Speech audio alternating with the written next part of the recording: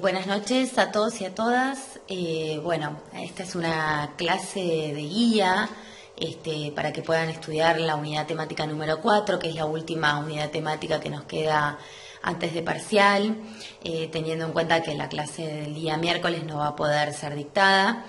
Esto no es una clase normal porque, el espacio es virtual y por lo tanto va a ser más reducido, es para orientarlos, digamos, en la introducción al tema y en cómo tienen que abordar el manual de 10 de Velasco.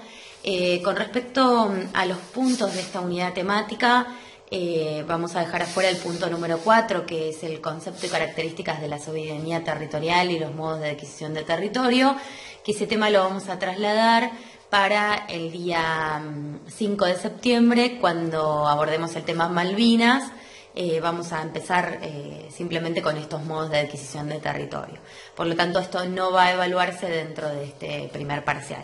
Pero sí, el resto de los puntos, el 1, 2 y 3, se van a evaluar de forma completa.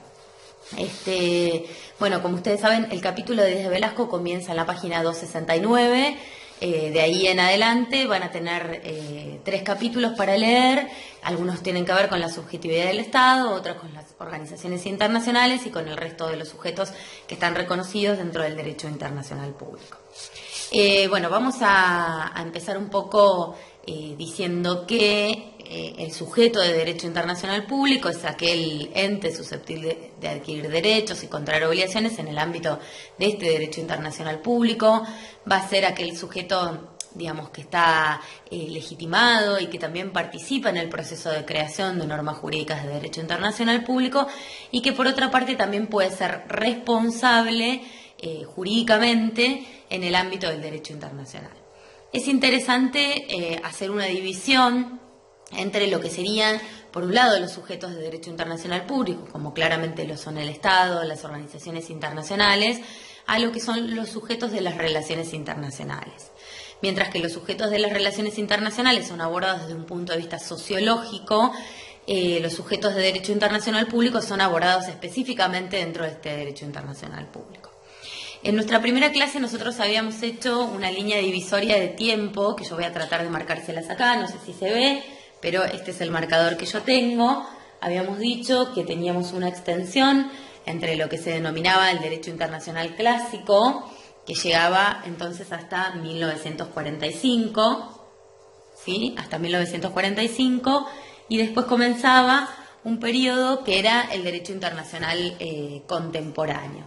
En este derecho internacional clásico, el único sujeto existente era el Estado, ¿sí? El Estado era el único sujeto que existía en este ámbito del derecho internacional público.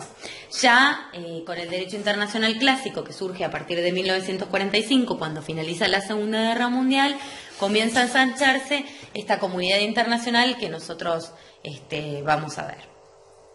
Sin embargo, la capacidad de los sujetos va a ser diferente, mientras que el Estado es el único sujeto de derecho internacional que va a tener o va a mantener esta capacidad plena, es decir, que va a poder actuar y que va a poder ejercer este derecho en todos los ámbitos del derecho internacional, desde celebrar un tratado internacional hasta incurrir en responsabilidad internacional.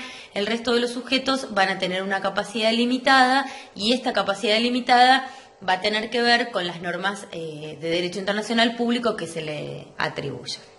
Vamos a empezar entonces con el Estado, ¿sí? En este derecho internacional clásico, que surge como la principal figura, igual sigue manteniendo dentro del derecho internacional público contemporáneo o sigue manteniéndose como el principal sujeto de derecho internacional, porque es el que en definitiva, digamos, va a crear estas normas jurídicas de derecho internacional, que después a su vez va a ser destinatario. Este Estado va a tener tres elementos que son de carácter constitutivo y también son 3 elementos muy importantes porque son elementos que le atribuyen competencia al Estado. El primer elemento es el territorio, que el territorio no hace referencia exclusivamente a la tierra, sino también todo lo que tiene que ver con el mar, fundamentalmente la parte del mar territorial, donde el Estado ejerce todavía su soberanía, y también con el espacio aéreo, es decir, el Estado ejerce, digamos, la soberanía sobre todo su territorio. Una población Y en esto es importante porque el Estado tiene competencia sobre los nacionales y sobre los extranjeros. Si bien en el caso de los extranjeros existen otras normas vinculadas, por ejemplo, a la democracia o también vinculadas a la extranjería, en principio va a ejercer el derecho sobre toda la población. Y por último, la organización política, que la organización política significa o hace referencia, digamos, a mantener el orden interno dentro del Estado y por otro lado también establecer relaciones internacionales con otros estados. También hay otro elemento muy interesante para analizar dentro de esta bolilla, que es el tema del reconocimiento. Nosotros también adelantamos algo en la primera clase. Existen dos tendencias o dos teorías.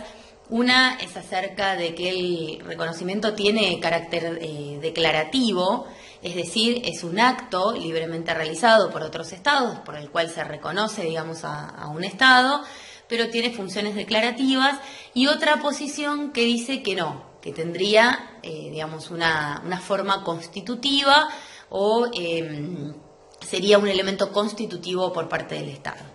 El libro por el cual nosotros nos guiamos y que seguimos es el libro de Manuel Diez de Velasco, que está a favor de la posición de considerar que el reconocimiento es un elemento declarativo, con el cual obviamente coincidimos, pero también resaltamos que es muy importante el reconocimiento por parte de otros estados para poder, digamos, funcionar o vincularse dentro del ámbito de la esfera internacional. Es decir, un estado que no esté reconocido por otro no va a poder firmar, por ejemplo, un tratado internacional con ese estado.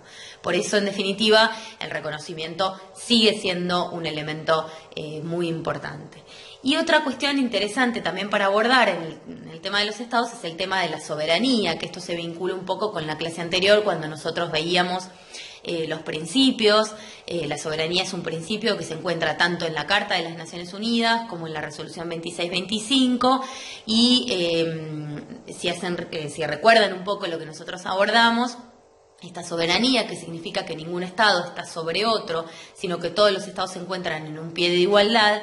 Esta igualdad a la que se refiere la Carta y a la que se refiere la Resolución 2625 es una igualdad de tipo jurídico y no de tipo, digamos, económico, político y social, porque ya sabemos las grandes diferencias que existen entre los Estados. Cuando comienza a ensancharse esta comunidad internacional, ya es, digamos, en la época donde comienza este periodo que se considera el derecho internacional contemporáneo, que es a partir de 1945, después de la finalización de la Segunda Guerra Mundial, comienzan a aparecer o a analizarse acerca de la subjetividad internacional que tienen las organizaciones internacionales. Nosotros abordamos e íbamos a abordar en esta clase el dictamen de la Corte Internacional de Justicia en una opinión consultiva en 1949 en el caso del conde Folke Bernadotte. Yo les recomiendo la lectura de este caso. Este caso lo van a encontrar en el libro de trabajos prácticos de la cátedra, que está subido al blog. Es uno de los primeros casos. No es muy largo, serán aproximadamente 5 páginas, pero es muy interesante ver cómo la Corte Internacional de Justicia construye este concepto de subjetividad de las organizaciones y dice que en definitiva sí serían sujetos de derecho internacional. Sin embargo, tienen características diferentes a los estados. Primero, porque son organizaciones intergubernamentales que en definitiva son creadas por los estados.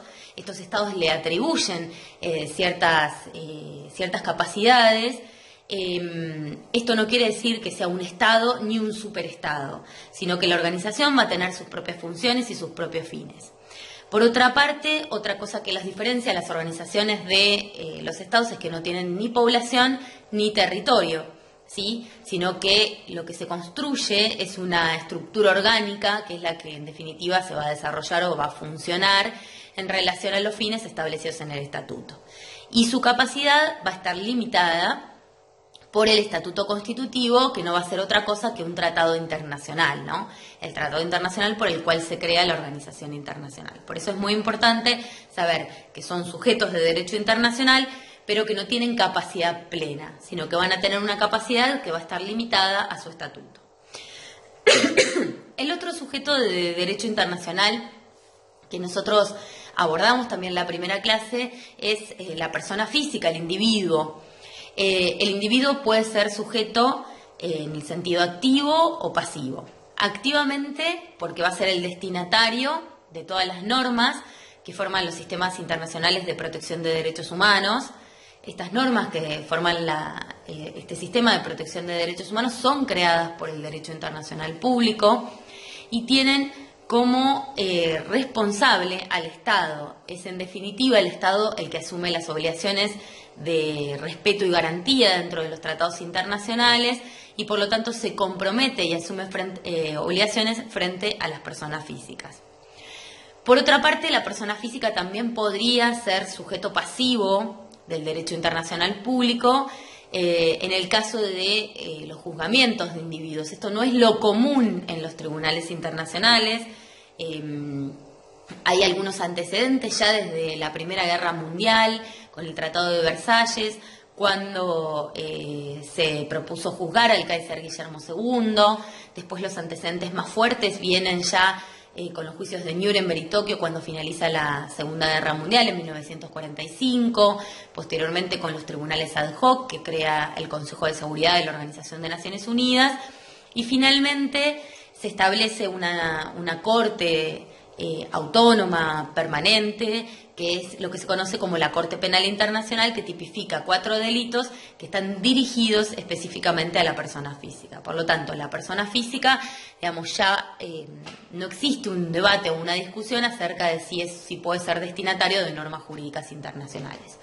Por supuesto, su capacidad también es limitada. Como en el caso de las organizaciones internacionales, en el caso de las personas físicas va a ser limitada a las normas internacionales que que están destinadas a estas personas.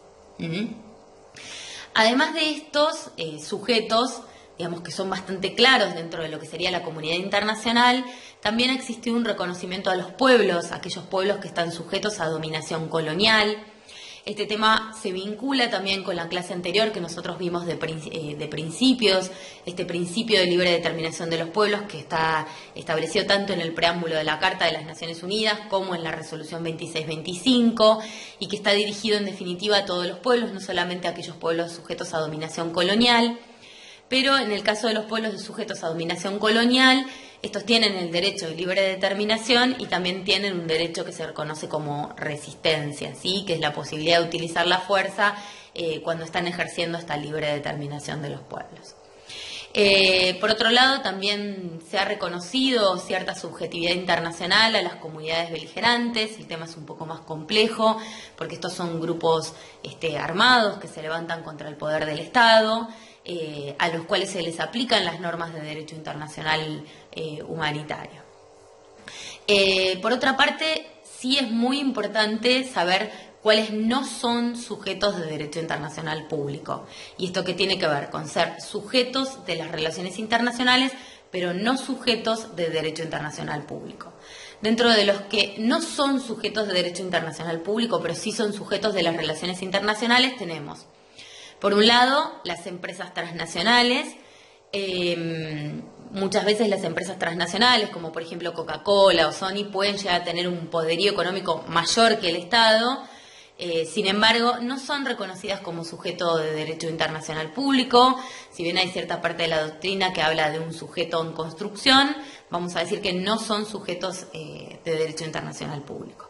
Lo mismo ocurre con las organizaciones no gubernamentales. Ustedes en la clase primera que tuvimos reconocieron como organizaciones no gubernamentales a Greenpeace, que es uno de los ejemplos más clásicos, o también, por ejemplo, habíamos nombrado a Amnistía Internacional. Estos no son tampoco sujetos de derecho internacional público, pero tanto las empresas transnacionales como las organizaciones no gubernamentales lo que hacen es actúan como grupos de presión. A veces tienen una importancia fundamental en la esfera internacional, pero no son reconocidos como sujetos de derecho internacional público.